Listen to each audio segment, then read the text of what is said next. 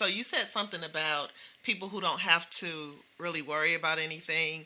They don't worry about anything. And, as a society, I feel like sometimes the pendulum swings back and forth, right? Yeah. I feel Yeah. like there have been times where I'm going to say the World Trade Center bombings, for example. Um, when that happened on United States soil, I feel like people were just really shocked and taken aback. And conspiracy theories aside, the fact of the matter is those buildings were obliterated and a lot of people died. What um, you saw first responders coming from different states. I mean, nobody checked in and said, "Hey, are you Democrat, Republican? Yep. Hey, what is your national origin? Like, what's your culture?" No one asked that because we were all, as a people, responding to a tragedy. And I cannot imagine anyone of Mexican descent or any African American or anyone of Asian descent stopping and saying, well, I am a first responder, but how would the people at the World Trade Center have treated me? Like, Yeah. it's Yeah. ludicrous, Yeah. when you put it that way. It's really silly. Um, but at the same time, I guess one of the reasons this question was even put on my heart and put on my mind is that because of the work that I do, I have to interact with all types of people, Right. male, female, wealthy, not wealthy, what else? Liberal, conservative, just everything. And so it bothers me, I guess, because I wonder, am I supposed to ignore the three examples I gave you when we Yeah. first started talking? Clearly, blatantly anti fill in the blank, Yeah. right? And yet I'm expected to interact with people who have definitely put what I consider the culprit. Some people would consider the hero, and I understand that. But put this person in a position to continue to treat certain groups poorly and disrespectfully. And you're sitting across the table from me, and I'm supposed to say, "Oh, that's great. I'm so happy your son got into the, school, and I'm so happy about your promotion," or anything like that. And then when we're done with our business meal, we'll stand up and we'll either warmly shake hands or hug. Am I supposed to pretend like I don't know that you've supported um, a system, right? So let's Hmm. even take it away from a person, that you've supported the system that has been and will continue to be rigged against me and my son, all my sons, anybody who looks like me, women just in general, right? Women who don't look like me. Like, how much pretending will I need to do moving forward? Because I feel like, and again, I'm going to speak to myself because, like you said, we all live in different bubbles. Hmm. I love my bubble, very comfortable with it, would never leave it were it not for me being on planet Earth and having to interact with other people, right? So when our bubbles collide, let's just say Yeah. collide, I need to be in a position to at least respect whatever you have going on in your bubble, right? I don't have to Yeah. agree with it. I really don't even have to understand it.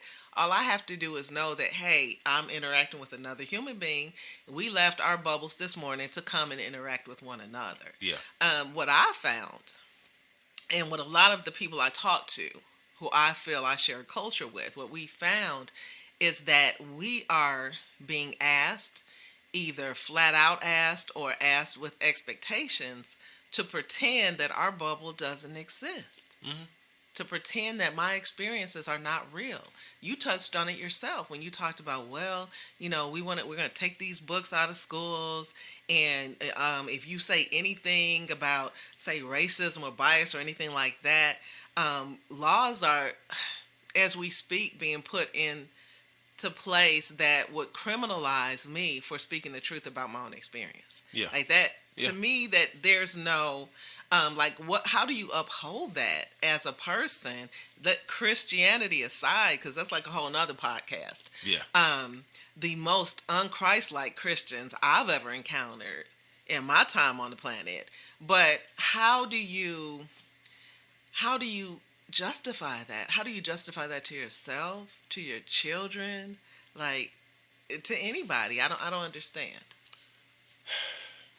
I feel like I always think about Martin Luther King Jr. and how he did everything right, nonviolent, and a Christian man, grew up in the church, was a pastor, all this stuff. And then you look at somebody like a Malcolm X, and people today, and this wasn't, there are people still living on this planet who were there when Martin Luther King Jr. was assassinated.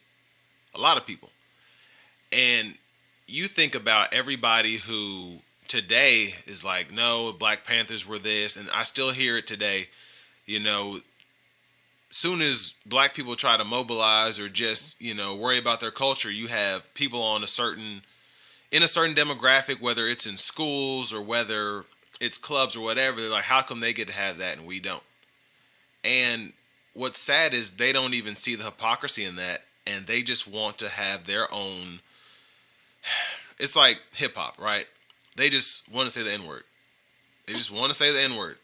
We get to say the N word. How come they don't get to say it? Well, there are some things that it shouldn't matter. If you have, and I tell my girlfriend this all the time, if you have 99% of anything and you're worried about my 1%, you should be able to see the problem. Mm-hmm. So we get one word that we can say that you all can't say, and we bring up slavery and stuff, but I don't feel like black people are over here trying to take over the world so that they can get their revenge on descendants of Robert E. Lee and George Washington and all this stuff. So this is one of the reasons that history is so important, because if you know your history, you'll realize how, well, maybe you wouldn't, but you should realize how crazy a lot of these acts are, especially by the president-elect here, where you can have somebody who literally, like you said, murder somebody, and they want to claim it self-defense when they were legit antagonizing people. It's insane to me. And a lot of these, I feel like the majority of these people deep down in their heart know what they're doing. But it's kind of, I think Kanye West said it a while ago. He was like, slavery was a choice. And I think you're looking at the same thing here. People choose to be what they are, but a lot of the times they don't realize that if they do things a different way, it wouldn't really make that big of a difference.